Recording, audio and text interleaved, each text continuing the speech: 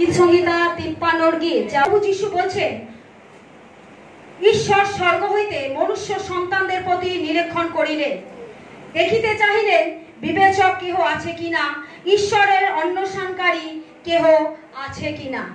ঈশ্বর স্বর্গ থেকে প্রতিটা মনুষ্যর দিকে তাকিয়ে আছেন।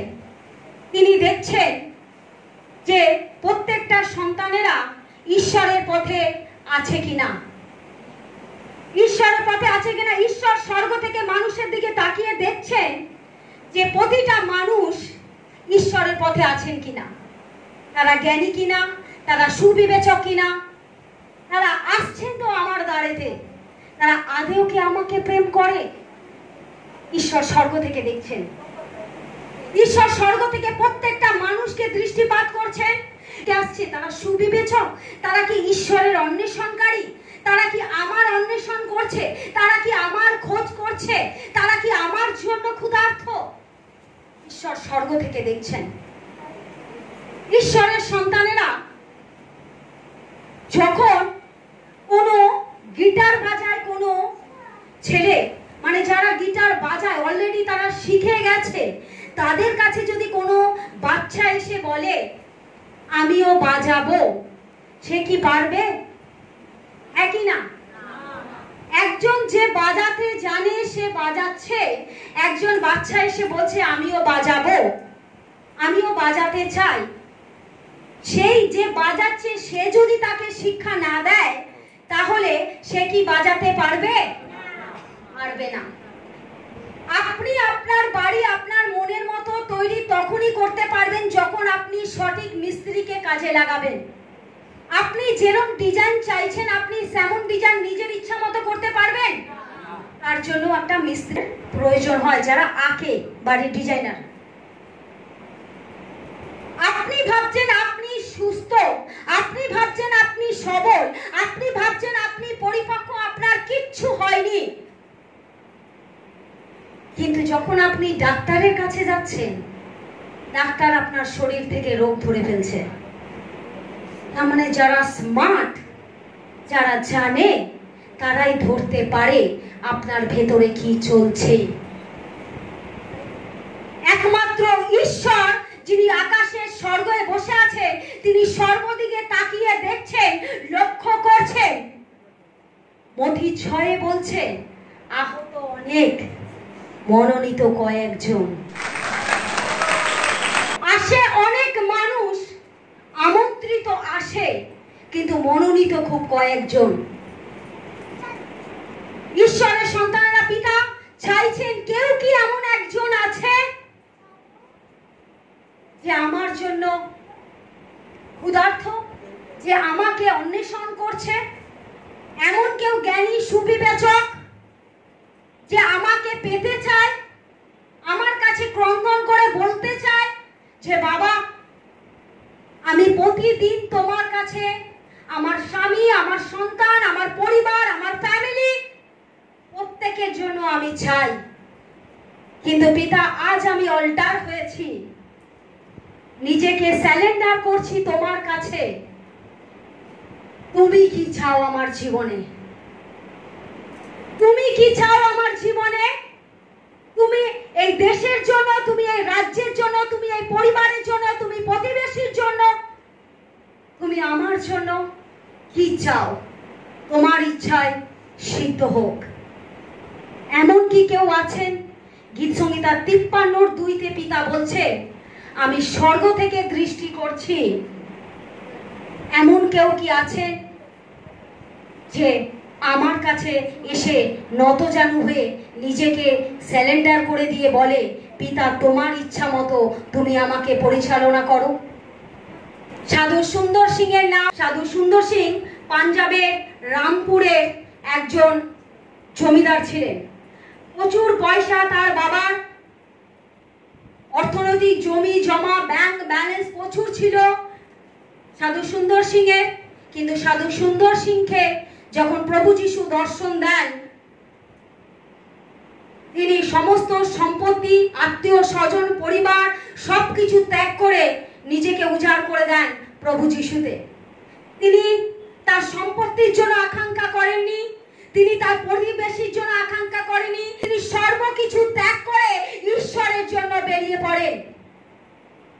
আর স্বয়ং ঈশ্বর তাকে দর্শন দিয়ে বলে, তুমি তিব্বতে যাও, আমার নামে সুসমাচার দাও।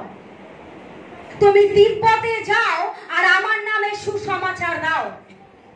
পাঞ্জাবের রামপুরে সেই ব্যক্তি, যার কোনো কিছুর অভাব ছিল না, তার কোনো কিছুরই দরকার ছিল না, কিন্তু ঈশ্বর তাকে বলেছেন তুমি আমার নামে সুসমাচার দাও। সে সব কিছু ছেড়ে তিব্বতে হেঁটে হেঁটে ঈশ্বরের রাজ্যে সুসমাচার দিতে শুরু করে। আমাদের মধ্যে অনেকে আছে, আমরা মণ্ডলীতে আসি, সহভাগিতা করি, কিন্তু আমরা কেউ ঈশ্বরের রাজ্যে সুসমাচার দিই না। আমরা কতজন ঈশ্বরের গৃহেতে আসি, অথচ বাইরে বেরিয়ে এখান থেকে ব্লেসিং নিয়ে চলে যাওয়ার পর আমরা ঈশ্বরের কথা কাউকে বলি না। ঈশ্বর বলছেন তুমি তোমার বাড়ি, ফ্যামিলি, আত্মীয় স্বজনের জন্য যা কিছু করো না কেন, ধন দৌলত, ব্যাংক ব্যালেন্স, অট্টালিকা করো না কেন, ওগুলো গোনা হবে না। তুমি ঈশ্বরের রাজ্যের জন্য কি করছো সেটাই গোনা হবে। তুমি তোমার পরিবারের জন্য, তোমার সন্তানের জন্য, তোমার স্বামীর জন্য, তোমার ফ্যামিলির জন্য তুমি কি কি করে যাচ্ছ, কি কি ব্যাংক ব্যালেন্স রেখে যাচ্ছ, সেগুলো গোনা হবে না। তুমি আমাকে জেনে, আমাকে চিনে আমার জন্য কজন মানুষকে তুমি পরিত্রাণ দিয়েছো, সেটা গোনা হবে। তুমি তোমার ব্যাংক ব্যালেন্স, তুমি তোমার অট্টালিকা, তুমি তোমার অর্থ তুমি সঙ্গে নিয়ে যাবে না। তুমি যা এখানে করছো সব তোমাকে এখানেই রেখে যেতে হবে। উলঙ্গ এসছো, উলঙ্গই যেতে হবে। কিন্তু পরিত্রাণ একমাত্র প্রভুতেই। আমি আমার স্বামী সন্তানের জন্য কি করে যাচ্ছি সেটা আমার চিন্তা নয়, আমার বাবার চিন্তা। আমার যদি অসুখ হয়, আমার চিকিৎসার পেছনে যদি লক্ষ লক্ষ টাকা চলে যায়, তাহলে আমার ফ্যামিলির জন্য আমি কিছু রেখে যেতে পারবো? আমার পেছনে এত টাকা চিকিৎসা করতে করতে চলে যাচ্ছে, তার থেকে চলে যাও। সে ফ্যামিলিও তখন বিরক্ত হয়ে যাবে। কিন্তু আপনি যদি জীবন্ত ঈশ্বরকে পালন করতে পারেন, তার আজ্ঞাকে পালন করতে পারেন, তাই আমাদের মধ্যে কজন আছে যারা রাস্তাঘাটে, ট্রেনে, বাসে, ট্রামে, যেখানেই যান প্রভুর কথা কজনকে বলেছেন? পিতা স্বর্গ থেকে দেখছেন, তিনি স্বর্গ থেকে সবকিছু উপলব্ধি করছেন, তিনি স্বর্গ থেকে দেখছেন। পিতা 6-এ প্রচার করেছিলেন, 5,000 লোক প্রচারে ছিল, 5,000-এর মধ্যে তিনি 12 জনকে বেছে নিয়েছেন। সবাই যে যিশুতে আসলেই যিশু তাকে ছুঁয়ে দেবে তা নয়, সবাই যে যিশুতে আসলেই যিশু তাকে ব্যবহার করবে তা নয়। তিনি তাদেরকেই ব্যবহার করবে যারা তার জন্য লালায়িত, যারা তার জন্য ক্ষুধার্ত, যারা তার জন্য তৃষ্ণার্ত, যারা দিবারাত্র তারই আরাধনা করে। পিতা তাদের নাম ধরে ডাকেন, পিতা তাদেরকে ব্যবহার করতে চান তার রাজ্যের জন্য। আমরা মণ্ডলীতে আসি, কে কিরম ড্রেস পোশাক পরে এলো, কে কিরম সাজ পোশাক পরে এলো, এর কথা ওর কথা, এর গল্প ওর গল্প, আমরা এইসব নিয়ে আলোচনা করি। আদৌ আমরা প্রভুতে বৃদ্ধি পেতে আসি না। ঈশ্বরের বাক্য ধারালো ছোড়ার থেকেও বেশি, এদিকে ঘোরালেও কাটে, এদিকে ঘোরালেও কাটে। পিতা বলছেন কজন আছেন যে আমার বাক্যকে হৃদয় দিয়ে, ঠোঁটস্থ দিয়ে কারোর সাথে কথা বলছে, সেখানেও ঈশ্বরের বাক্য দিয়ে বলছেন? কাউকে কি বলেছেন? কেউ যদি ভারাক্রান্ত হয়ে, পরিশ্রান্ত হয়ে, দুঃখে আছে, কষ্টে আছে, সেই মুহূর্তে কি আপনি ঈশ্বরের বাক্যকে তুলে বলেছেন তুমি চিন্তা করো না, আমার বাবা বলেছে? প্রথম পিতর 5:7 তিনি বলেছেন তোমাদের সমস্ত চিন্তার ভার তোমরা আমার উপরে ফেলে দাও, আমি তোমাদের জন্য চিন্তা করি। আপনি কি কোনো আত্মাকে ঈশ্বরের বাক্য দ্বারা বলেছেন? বাক্য দ্বারা কথা বলুন। কারণ বাক্য কার্যকারী, বাক্য ঈশ্বর, ঈশ্বরই বাক্য। বাক্য ছাড়া আপনি ঝনঝনকারী করতালের মতো বাজবেন, আওয়াজ হবে না। পিতা বলছেন, যাচনা করো দিয়া যাইবে, অন্বেষণ করো পাইবে, দ্বারে আঘাত করো দ্বার খুলিয়া দেওয়া যাইবে। সেই বাক্যকে আপনি কতজনের কে বলেছেন তুমি আমার বাবার নামে চাও, তিনি প্রতিজ্ঞা করেছেন তিনি দেবেন? কতজনকে বলেছেন তুমি আমার বাবার কাছে অন্বেষণ করো, আমার বাবাকে খুঁজে পাবে? কতজন বলেছেন যে আমার বাবাকে যে অন্বেষণ করে, যে খোঁজ করে, সে পায়? নোহ 120 বছর ধরে ঈশ্বরের সাথে কাজ করে গেছে। 120 বছর ধরে ঈশ্বরের সাথে কাজ করে গেছে নোহ। ঈশ্বর তাকে যেমন বলেছে নোহ তেমন করেছেন। নোহ ঈশ্বরের বিরুদ্ধাচরণ করেনি।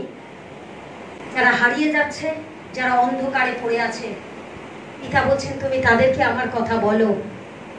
আশা না আশা আমার উপর ছেড়ে দাও। তুমি তোমার রাস্তা ক্লিয়ার রাখো, যাতে তার রক্তের দায়, তার মৃত্যুর দায় তোমার গায়ে না লাগে। এক ব্যক্তি, ঈশ্বর সেই এমন এক ব্যক্তিকে চান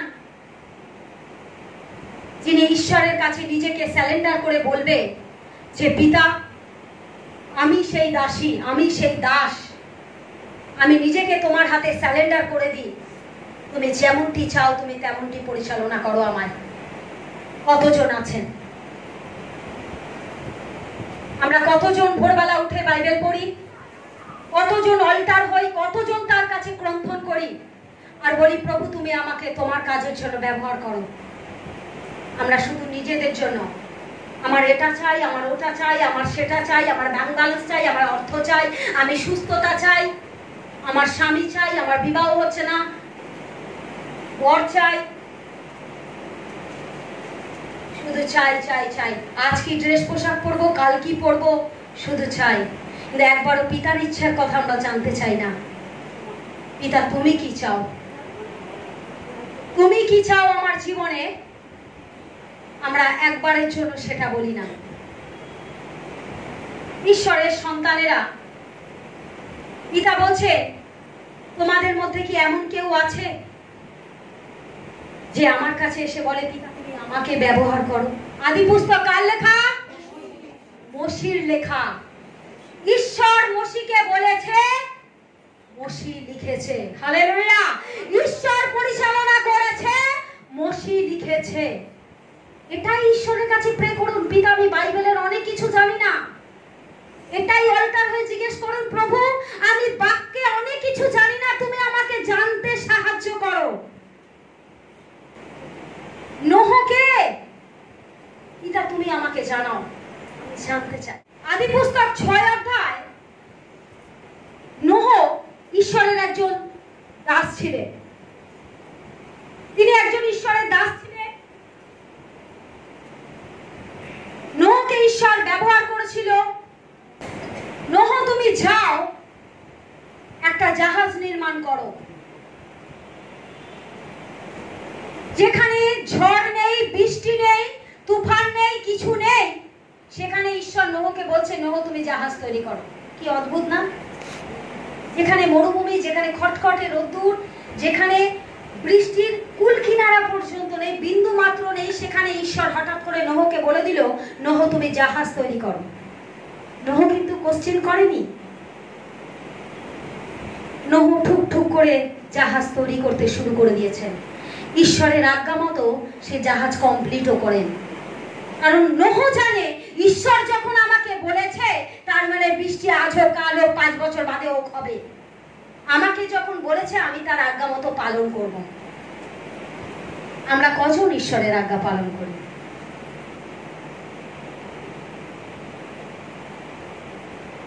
ঈশ্বর মসিকে বললেন, আদি পুস্তক 6 অধ্যায়ে ঈশ্বর মসিকে বললেন মসি তুমি ইসরায়েলে যাও, ইসরায়েলে গিয়ে তুমি বলো, রাজা ফরনকে বলো ইসরায়েলদেরকে ছেড়ে দিতে। স্বয়ং ঈশ্বর মসি মসিকে বলছে, মসি তুমি যাও, গিয়ে বলো রাজা ফরনকে যেন ইসরায়েলদেরকে ছেড়ে দেয়। মসিকে বলছে, মসি তুমি যাও, গিয়ে তুমি বলো রাজা ফরনকে যে ইসরায়েলদেরকে ছেড়ে দিতে। আজকে যদি আপনাদেরকে কেউ বলে তুমি প্রধানমন্ত্রীর কাছে যাও, গিয়ে বলো দেশে 11টা ধর্ম নিয়ে যে গন্ডগোল চলছে আপনি এটা বন্ধ করুন, পারবেন কেউ বলতে? পারবে না। তাহলে বুঝে দেখুন, মসি পড়াশুনো জানে না, হাবা গোবা বোকা, তাকে ঈশ্বর বলছেন মসি তুমি যাও, রাজা ফরনের কাছে যাও, গিয়ে তুমি বলো যে যাতে তারা মিশর থেকে ইসরায়েলদেরকে ছেড়ে দেয়।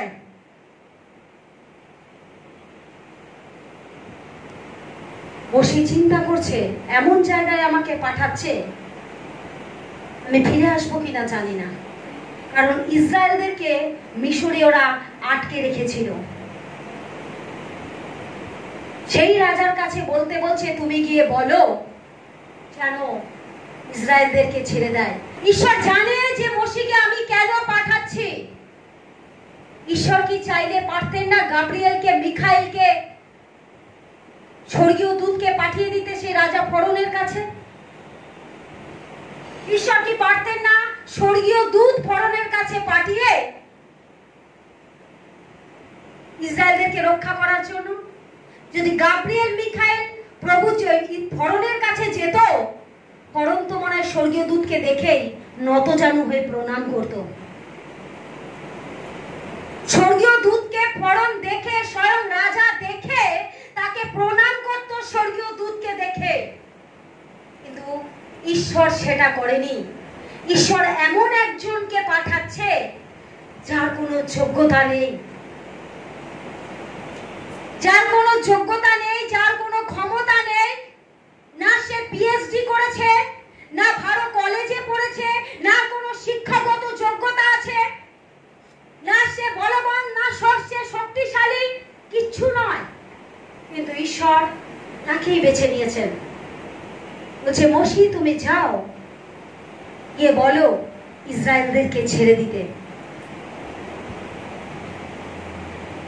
আমরা কতজন আমাদের নিজেদের জন্য মনোরঞ্জন গঠনের জন্য আমরা মণ্ডলীতে আসি, গল্প করি, আড্ডা করি, হিংসা করি, দ্বন্দ্ব করি, দ্বিধা করি, অথচ ঈশ্বরের বাক্য নিই না।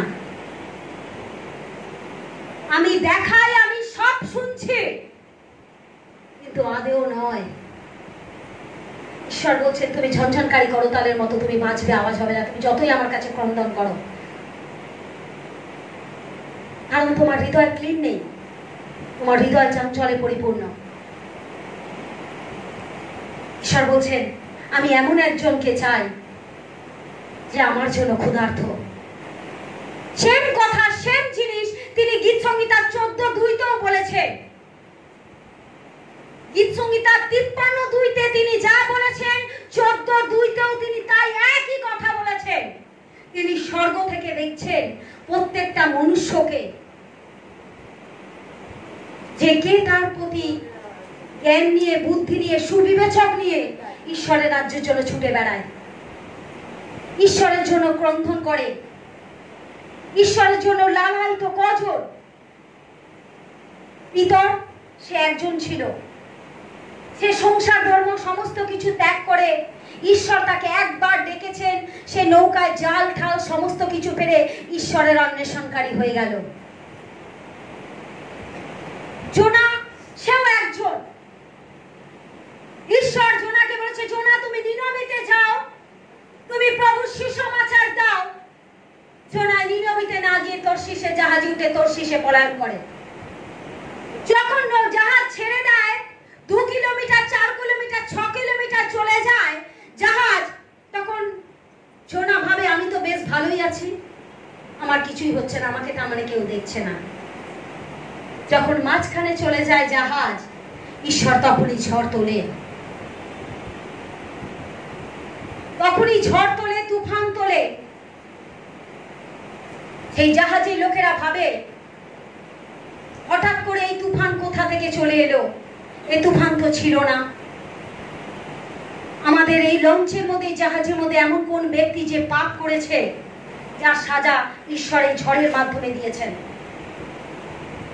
সেই একজন, জোনা। যখন তারা জিজ্ঞেস করে কে সেই ব্যক্তি, তারা যখন দাবা খেলে, গুটি ছড়ায়, জোনার নাম উঠে আসে।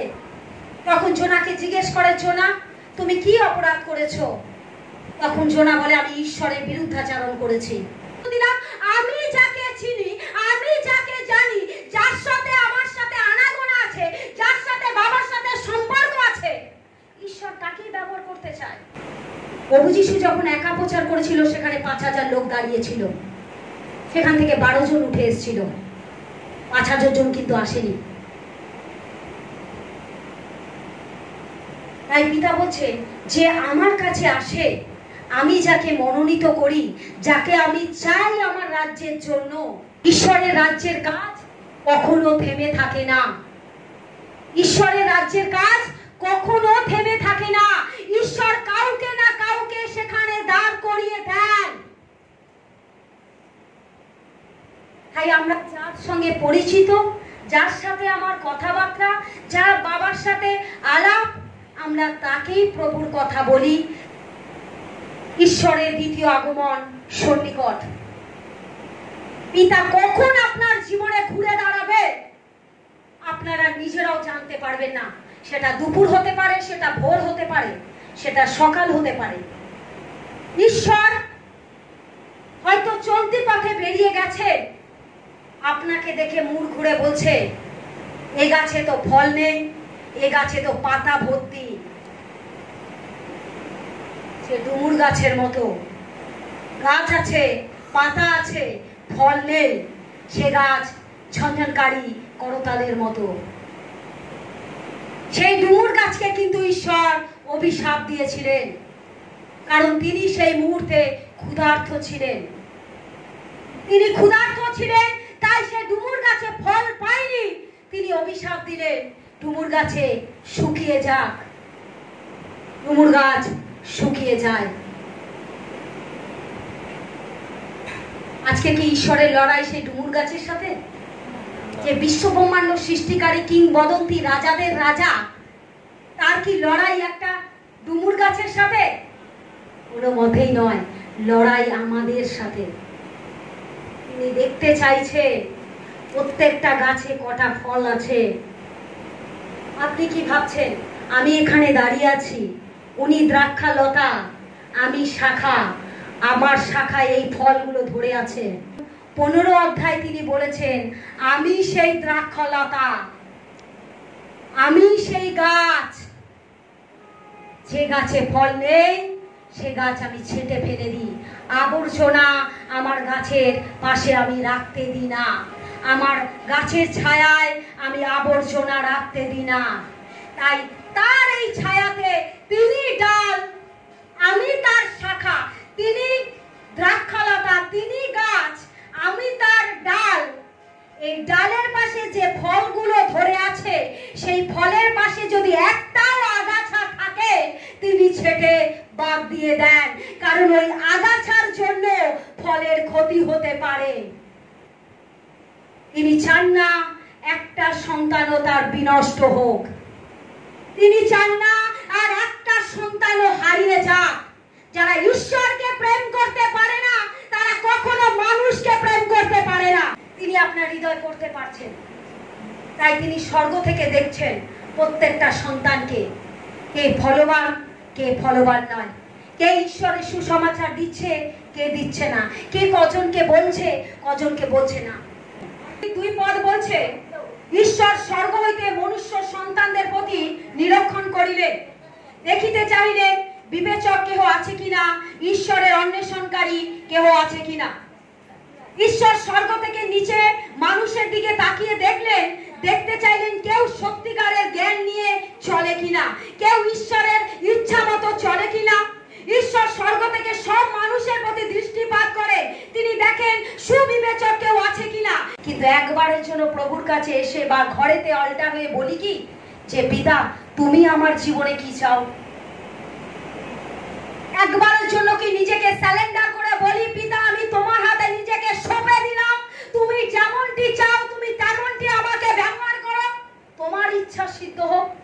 বলি না আমরা। ঈশ্বর স্বর্গ থেকে সব দেখছেন, তিনি সব দেখছেন, তিনি এভরিথিং দেখছেন। বলছেন আমি অযোগ্যকেই যোগ্য রূপে তৈরি করি। যে অযোগ্য, যার কোনো যোগ্যতা নেই, যার শিক্ষাগত যোগ্যতা নেই, যার ধন দৌলত নেই, তার ঐশ্বর্য নেই, যার ব্যাংক ব্যালেন্স নেই, যার মাথার উপর ছাদ নেই, আমি তাকেই ডেকে আনি আমার রাজ্য ধার্মিকতার জন্য। ঈশ্বর স্বর্গ থেকে দেখছেন, তিনি স্বর্গ থেকে দৃষ্টি করছেন। তিনি বলছেন লক্ষ মানুষের মধ্যে, কোটি মানুষের মধ্যে একজনকে আমি বেছে নিই যে আমাতে মনোনীত। এইটা যদি আপনি ক্যারি না করেন, এই বীজ না থাকে আপনার মধ্যে, যদি সেই ফল না থাকে, কারোর ক্ষমতা নেই আপনাকে পরিবর্তন করতে পারে। কারণ পিতা বাইবেলে প্রথম আদি পুস্তকে বলছেন আদিতে বাক্য ছিল, বাক্য ঈশ্বরের সঙ্গে ছিল, সেই বাক্য রক্ত মাংসে গড়ে মানুষ হয়ে প্রভু যিশু রূপে রূপান্তরিত হয়েছে।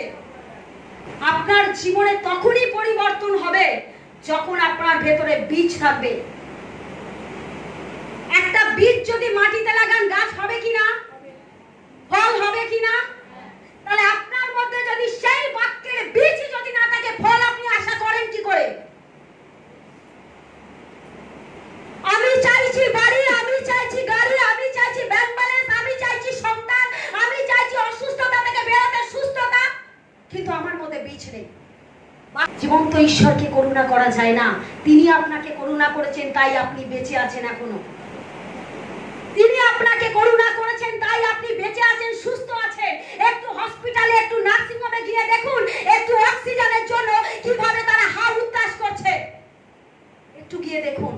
আর যে বাবার কাছে আপনি আসছেন, তিনি আপনাকে ছুঁয়ে দিচ্ছে। আপনি তার বাক্য যদি আপনার ভেতরে না থাকে, পৃথিবীতে কারোর ক্ষমতা নেই। উনি যদি আপনার মাথার উপর থেকে হাত সরিয়ে নেয়, পৃথিবীতে কারোর ক্ষমতা নেই আপনাকে বাঁচাতে পারে।